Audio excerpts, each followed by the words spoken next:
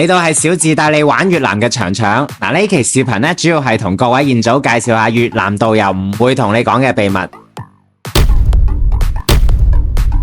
咁大家咧嚟到西貢玩咧 ，KTV 咧肯定係必不可少噶啦。呢度咧有大大小小差唔多成100間可以俾大家去唱歌嘅地方，但係咧主要都係分為4種：粵式 KTV、華人 KTV、日式 KTV 同埋韓式 KTV。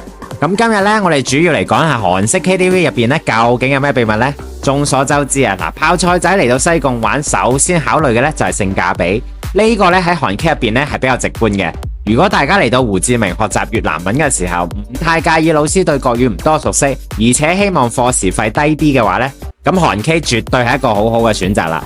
通常咧韓 K 咧集中都係喺7棍嘅韓國街呢邊，咁同華人場最大嘅區別咧就係冇華人場咁多套路。呢邊咧消費咧通常咧就打個6折啦，甚至5折咁樣樣，一啲都唔誇張嘅。最重要嘅咧係泡菜仔啊，對於老師嘅素質咧都係好撚高嘅。呢啲地方通常都有30至50個老師左右，大啲嘅場咧差唔多成100個。